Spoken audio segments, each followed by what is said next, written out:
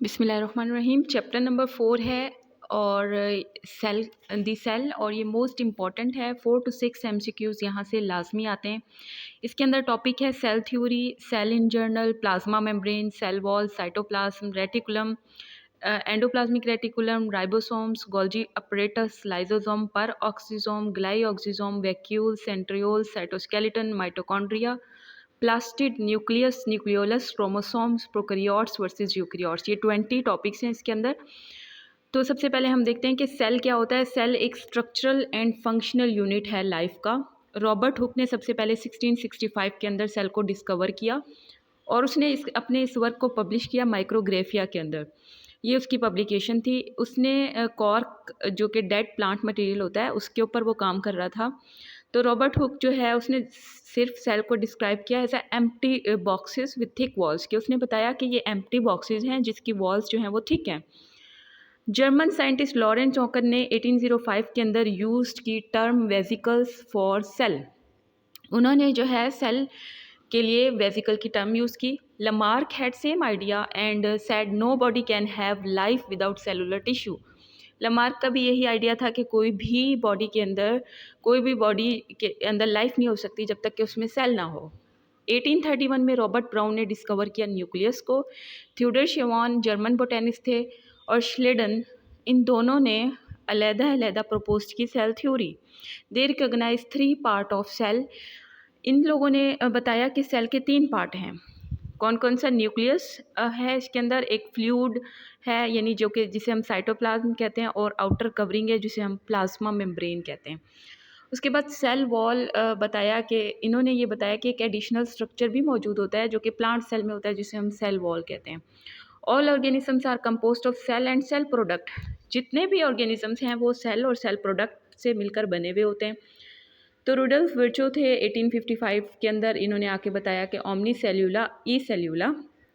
इन्होंने बताया कि कोई भी जो है सेल दूसरे एग्जिस्टिंग सेल से जो है वो पैदा होता है। ए बायोजेनेसिस थ्योरी जो प्रपोज करती है कि लिविंग सेल जो है वो नॉन लिविंग थिंग से अराइज हुई हैं। तो रुडल्फ विर्चो के एंड लॉइस पास्चर ने इस थ्योरी को रिजेक्ट कर दिया। उन्होंने कहा नहीं, कि लिविंग नॉन लिविंग से नहीं बल्कि लिविंग लिविंग से ही ओरिजिनेट होती हैं। Louis Pasteur in 1862 experimentally prove that theory wrong. ये वाली कौन सी थ्योरी? कि ए बायोजेनेसिस की थ्योरी लॉइस पास्चर ने गलत साबित कर दी थी।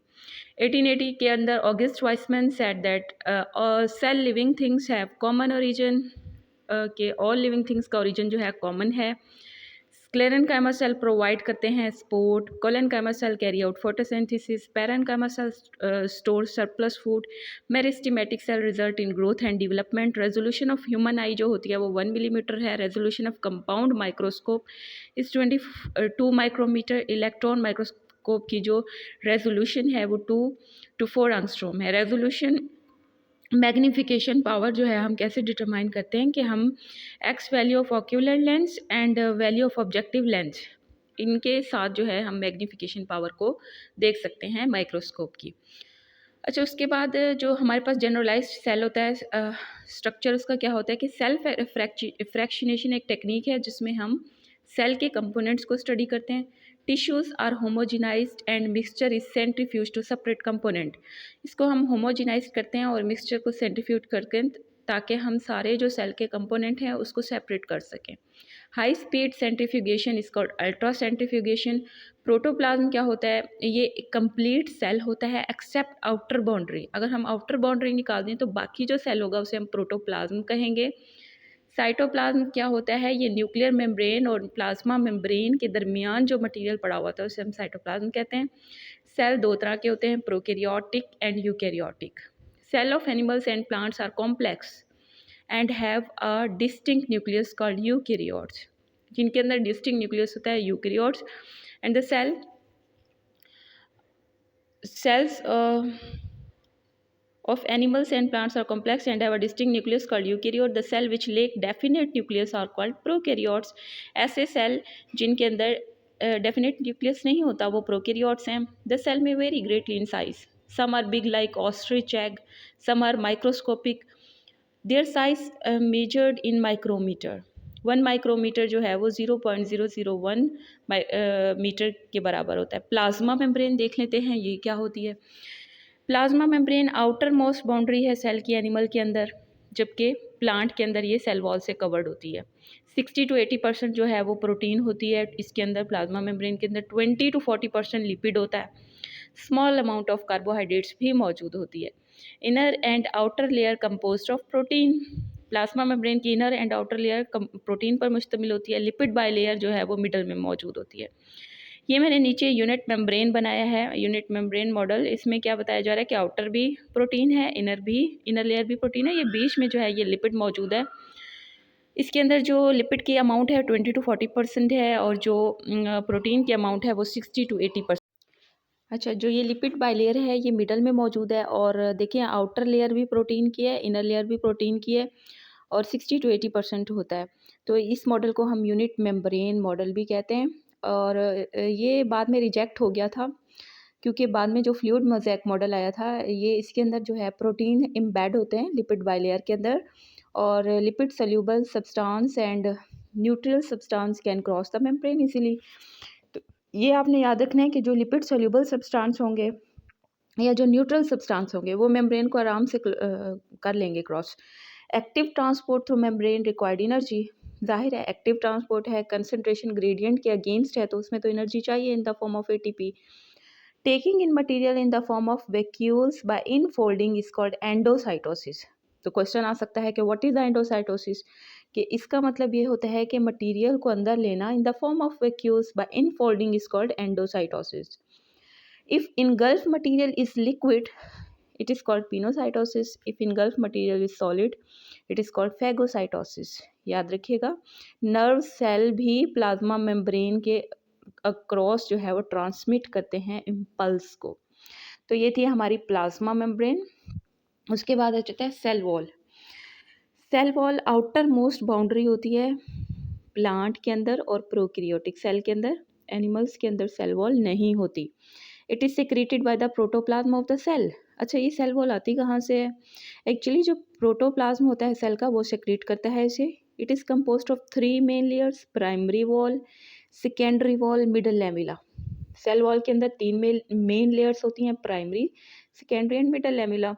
मिडल लेयर जो होती है ये first to be form between primary layers of neighbours. सबसे पहले जो है मिडल लेयर बनती है प्राइमरी लेयर के साथ।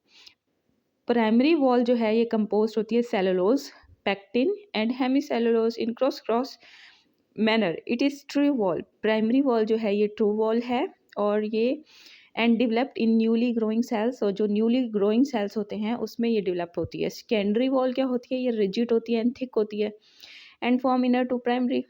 जाहिर है सेकेंडरी जो है वो प्राइमरी के इनर साइड पे बनेगी, और इन दोनों के दरमियान में मिडल लैमेला होगा। केमिकली सेकेंडरी वॉल जो है inorganic salt, silica, waxes, cutin, lignin पर मुश्तमिल होती है। Prokaryotic cell wall lack cellulose instead contain peptidoglycan और म्यूरिन। याद रखिएगा, प्रोकैरियोटिक सेल वॉल में सेलुलोज नहीं होता, तो फिर क्या होता है? पेप्टिडोग्लाइकोन और म्यूरिन। फंजाई की सेल वॉल में काइटिन मौजूद होता है। तो ये सेल वॉल के इंपॉर्टेंट पॉइंट्स थे। अच्छा, मेजर फंक्शन क्या है सेल वॉल का? ये रिजिडिटी देती है सेल को, और शेप देती है, और बैरियर होती है कि मटेरियल कौन सा अंदर जाएगा और कौन सा नहीं जाएगा। But it's not a barrier for material. ये बैरियर नहीं होती, इसका सिर्फ काम होता है रिजिडिटी देना सेल को और शेप देना। बैरियर ये नहीं होती, वो प्लाज्मा मेम्ब्रेन होती है, तो याद रखिएगा। साइटोप्लाज्म को अगर हम देखें तो living content of the eukaryotic cells are divided into nucleus and the cytoplasm. जो लिविंग कंटेंट होता है यूकैरियोटिक सेल का, उसको हम डिवाइड करते हैं न्यूक्लियस एंड साइटोप्लाज्म पे। न्यूक्लियस एंड साइटोप्लाज्म को कलेक्टिवली प्रोटोप्लाज्म भी कहा जाता है। Cytosol soluble part of cytoplasm, it is composed of 90% water. याद रखिएगा, साइटोप्लाज्म के अंदर 90% वाटर होता है। साइटोसोल जेल एंड सोल पर मुश्तमिल होता है। Gel viscous, sol non viscous. Cytoplasm act as a storehouse of the cell. Cytoplasm जो है ये सेल का स्टोर हाउस के तौर पे भी वर्क करता है। Metabolic processes such as glycolysis also occur. Cytoplasm contains several cell organelle such as endoplasmic reticulum, mitochondria, Golgi complex, nucleus, ribosomes, lysosomes तमाम साइटोप्लाज्म के अंदर होते हैं। माइटोकॉन्ड्रिया जो है इसमें फ्रीली मूव कर रहा होता है। तो साइटोप्लाज्म याद रखिएगा, साइटोप्लाज्म के अंदर कौन सा ऑर्गेनेली फ्रीली मूव कर रहा होता है, वो होता है माइटोकॉन्ड्रिया। अच्छा, एंडोप्लाज्मिक रेटिकुलम ये सिस्टम है एक्चुअली चैनल्स और ट्यूब्स का साइटोप्लाज्म के अंदर। ये जो ट्यूब्स और चैनल्स होते हैं ये स्फेरिकल भी हो सकते हैं और ट्यूबुलर भी हो सकते हैं। ये इसके अंदर जो है मटेरियल होता है जो कि साइटोप्लाज्म को सेपरेट करता है एंडोप्लाज्मिक रेटिकुलम के मटेरियल से, उसे हम सिस्टर्नी कहते हैं। यानी सिस्टर्नी एक्चुअली स्फेरिकल और ट्यूबुलर मेम्ब्रेन्स होती हैं जो कि सेपरेट करती हैं अपना मटेरियल साइटोप्लाज्म के मटेरियल से।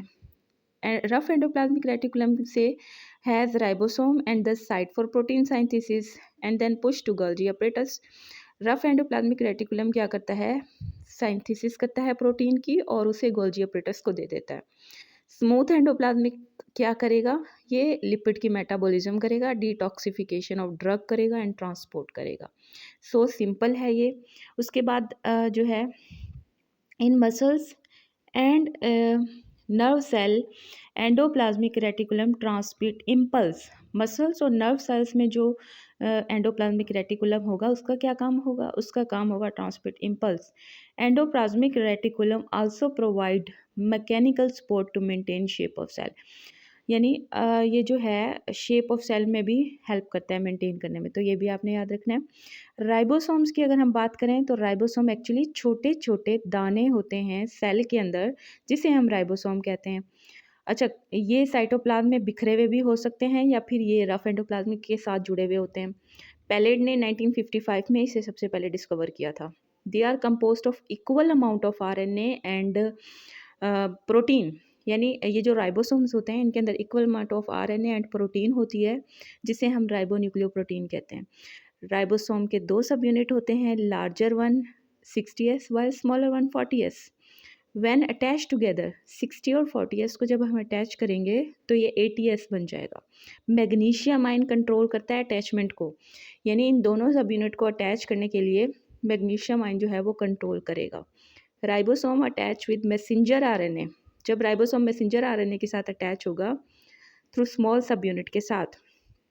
अच्छा, उसके बाद group of ribosome attach to messenger RNA is called polysomes. Ribosomes का ग्रुप जो मैसेंजर आरएनए के साथ अटैच होता है उसे हम पॉलीसोम्स कहते हैं। Now ribosomes are assembled in nucleolus which is the factory of ribosome. याद रखिएगा कि राइबोसोम की फैक्ट्री जो है जहाँ पे राइबोसोम बन रहे होते हैं वो है न्यूक्लियोलस, जबकि प्रोटीन की फैक्ट्री आपको पता है वो है राइबोसोम्स के। राइबोसोम्स का काम ही प्रोटीन सिंथेसिस होता है। उसके बाद गोल्जी अपरेटस। गोल्जी अपरेटस जो है ये डिस्कवर्ड किया था कैमिलो गोल्जी ने 1898 के अंदर, और ये तमाम यूकैरियोटिक सेल्स में होता है। Stacks of flattened membrane bound sacs are called cisternae. अच्छा, ये जो फ्लैटेंड और मेम्ब्रेन बाउंड सैक्स होती हैं इसे हम सिस्टर्नी कहते हैं। सिस्टर्नी के साथ वेसिकल्स अटैच होती हैं जिसे हम गोल्जी कॉम्प्लेक्स कहते हैं। Cisternae sacs are formed by fusion of vesicles. Cisternae की जो सैक्स होती हैं ये वेसिकल्स की फ्यूजन से बनती हैं। जो ये वेसिकल्स कहाँ से आ रही होती हैं, स्मूथ एंडोप्लाज्मिक रेटिकुलम से आ रही होती हैं। Outer convex face of cisternae stack is forming face while inner concave one is maturing phase. Cisternae breaks into vesicle form maturing phase. Cisternae move from outer to inner phase in a stalk. Protein synthesis जो है वो ribosomes के अंदर convert होती है into glycoprotein इन Golgi apparatus. Golgi complex का function क्या है, सेल सेक्रेशन के अंदर है। Both endoplasmic reticulum and Golgi transport करते हैं सेल सेक्रेशन को outside in the form of packing. Most important function जो है गोल्जी अपरेटस का वो है protein and lipid and convert them into glycoprotein and glycolipid. Pancreatic enzymes जो है वो पैक्ड होते हैं into granules by Golgi apparatus. अच्छा, उसके बाद लाइजोसोम्स क्या होते हैं। लाइजो का मतलब होता है स्प्लिटिंग एंड सोमा का मतलब होता है बॉडी, यानी स्प्लिटिंग बॉडी को हम लाइजोसोम कहते हैं। आइसोलेट किसने किया था, डी ड्यूव ने as a separate component for the first time. Any foreign material, जब भी कोई फॉरेन मटेरियल आएगा सेल के अंदर तो इमीडिएटली लाइजोसोम जो है उसे इनगल्फ कर लेंगे और उसे कम्प्लीटली ब्रोकन कर देंगे सिंपल डाइजेस्टिबल पीसीस के अंदर फैगोसाइटोसिस के थ्रू। तो इनका काम ये है कि जैसे ही कोई बाहर से मटेरियल आया सेल के अंदर तो इन्होंने उसको इनगल्फ कर लिया और उसको ब्रोकन कर दिया पीसीस के अंदर। बस लाइजो का मतलब स्प्लिटिंग सोमा बॉडी, यानी तोड़ने फोड़ने वाली bodies. They are bounded by single membrane, याद रखिएगा लाइजोसोम जो है ये सिंगल मेम्ब्रेन होते हैं। And a simple sac rich in acid phosphate and several other hydrolytic enzyme. इसके अंदर एसिड फॉस्फेट होता है और बहुत सारे हाइड्रोलिटिक एंजाइम्स होते हैं। अच्छा, ये बनते कहाँ हैं? रफ एंडोप्लाज्मिक रेटिकुलम में, और इनका प्रोसेसिंग जो है वो गोल्जी अपरेटस में होता है। उसके बाद गोल्जी वेजिकल्स जो है and are called as primary lysosomes, तो इसे हम प्राइमरी लाइजोसोम्स कहते हैं। Lysosomes are also involve in autophagy, ये ऑटोफेगी में भी इन्वॉल्व होते हैं, यानी सेल्फ ईटिंग कर रहे होते हैं। जब ये कुछ ओल्ड और वर्न आउट पार्ट होते हैं सेल के, जो पुराने हो चुके होते हैं या टूट फूट का शिकार होते हैं, ऑटोफेजी करके ये भी उसे ईट कर लेते हैं लाइजोसोम। लाइजोसोम रिलीज करते हैं enzyme for extracellular digestion. Lysosome enzyme can also degenerate complete cell during development, तो ये डीजेनरेट भी कर सकते हैं। डिजीज़ एक हो जाती है जब स्टोरेज डिजीज़ जिसे हम कहते हैं, जब एक्यूमुलेशन ऑफ सब्सटेंस सेल के अंदर ज़्यादा हो जाए। ये क्यों होती है? जब लाइजोसोम ज़ाहिर है उसको तोड़ते फोड़ते नहीं है तो ये हो जाती है। और ये डिजीज़ कब होती है? जब म्यूटेशन हो जाती है ना लाइजोसोम एंजाइम के अंदर, तो वो वर्क नहीं करते। फिर वो जो कोई भी सब्सटेंस होता है वो एक्स्ट्रा अमाउंट में आ जाता है। कौन सी डिजीज़ है? यहाँ पे एग्जांपल मैं दे दूँ आपको, ग्लाइकोजेनेसिस टाइप 2। इसके अंदर क्या होता है, लिवर एंड मसल्स जो है इनके अंदर ग्लाइकोजन भरा हुआ होता है, ठीक है। वो जब टूटेगा फूटेगा नहीं तो फिर क्या होगा कि बहुत ही ज़्यादा इनके अंदर फिल्ड अप होता है ये, जिसकी वजह से ग्लाइकोजेनेसिस टाइप 2 डिजीज़ हो जाती है, जो कि स्टोरेज डिजीज़ है। टेस्ट डिजीज़ ये भी accumulation of lipid in brain cell, brain cell के अंदर लिपिड्स की जो है वो एक्यूमुलेशन हो जाती है और जिसकी वजह से मेंटल रिटार्डेशन हो जाती है और इवन डेथ ऑफ पेशेंट। तो ये भी लाइसोसोम्स की जो एंजाइम है उसमें म्यूटेशंस की वजह से हो जाता है। ये स्टोरेज डिजीज़ हैं। उसके बाद पर ऑक्सीजोम, इसे डिस्कवर करने वाले जो थे de Duve and coworker, isolated in 1965 के अंदर। Liver cell and oxidase enzyme containing tissue, liver cell हो गए और ऑक्सीडेटिव एंजाइम हो गए, उनके अंदर जो है ये मौजूद होता है। ये एंजाइम स्पेसिफिकली इन्वॉल्व, इसका काम क्या होता है? इसका काम होता है formation and decomposition of hydrogen peroxide in the cell, कि सेल के अंदर हाइड्रोजन पेरोक्साइड को बना भी रहा है और उसे डिकम्पोज भी कर रहा है, तो इसका नाम इसलिए पड़ा पर ऑक्सीजोम। सिंगल मेम्ब्रेन बाउंड है। इससे पहले हमने लाइसोसोम को देखा, वो भी सिंगल मेम्ब्रेन बाउंड ऑर्गेनेली था। कहाँ मौजूद होता है ये? Animal and plant cell, protozoa, yeast, सब में मौजूद है। 0.5 माइक्रोमीटर इसकी डायामीटर है। They produce oxidase and catalase, ये दो इंजाइम प्रोड्यूस करता है जिसे हम कहते हैं ऑक्सीडेज एंड कैटालेज। उसके बाद आ जाते हैं जी ग्लाई ऑक्सीजोम। याद रखिएगा, ग्लाई ऑक्सीजोम सिर्फ और सिर्फ प्लांट्स में मौजूद होता है, ठीक है। और ग्लाई ऑक्सीजोम्स के अंदर क्या होता है? कैटालेज, ग्लाइकोलिक एसिड, एक oxidase and also a number of enzyme that are not found in animals. ये वो सारे एंजाइम हैं जो एनिमल्स में नहीं पाए जाते। Most abundant in plant seedling, ये ज़्यादातर, अच्छा ग्लाई ऑक्सीजोम प्लांट में भी, प्लांट की जो सीडलिंग होती है उनमें ज़्यादा अबेंडेंटली होता है। स्टोर करके रखता है फैटी एसिड को, ताकि जब प्लांट ग्रो कर रहा है तो उसको एनर्जी की ज़रूरत है, फिर ये उसे एनर्जी प्रोवाइड करता रहे। Conversion of stored fatty acid to carbohydrates, इसका काम क्या है? जो इसने स्टोर करके रखी हुई है फैटी एसिड उसको कार्बोहाइड्रेट में कन्वर्ट कर दे ताकि फ़ौरन यूटिलाइज कर ले प्लांट अपनी ग्रोथ के लिए। अचीव थ्रू, अच्छा ये कैसे होता है? एक साइकिल होता है जिसे हम ग्लाई ऑक्सीलेट साइकिल कहते हैं, उसके थ्रू ये सारा प्रोसेस होता है। Lipid rich seed like soybean, castor, glyoxysome break down fatty acid into succinate. अच्छा, ये उनमें ज़्यादातर मौजूद होता है क्योंकि लिपिड को तोड़ रहा है, तो जिनके अंदर लिपिड ज़्यादा है ये उनमें मौजूद होता है। It present only for the short duration of germination, क्योंकि जब सीडलिंग ग्रो कर रही होगी ये उसी वक्त जो है शॉर्ट ड्यूरेशन के लिए होगा, और ये एब्सेंट होता है लिपिड पुअर सीड्स के अंदर। तो ग्लाई ऑक्सीजोम भी क्लियर हो गया आपको, पर ऑक्सीजोम्स भी क्लियर हो गया। अब चलते हैं वैक्यूल की तरफ। वैक्यूल जो है ये एनिमल में भी और प्लांट सेल दोनों में पाया जाता है।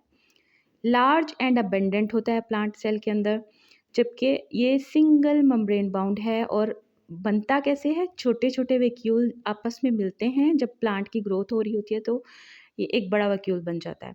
इसका काम क्या है भाई, वैक्यूल मौजूद होता है तो काम भी तो होगा। इसका काम क्या है, इसका पानी को स्टोर करना है, सेल प्रोडक्ट्स को, मेटाबोलाइट्स, इंटरमीडिएट्स को, सबको स्टोर करके रखता है। प्लांट वैक्यूल जो होता है मेजर कंट्रीब्यूट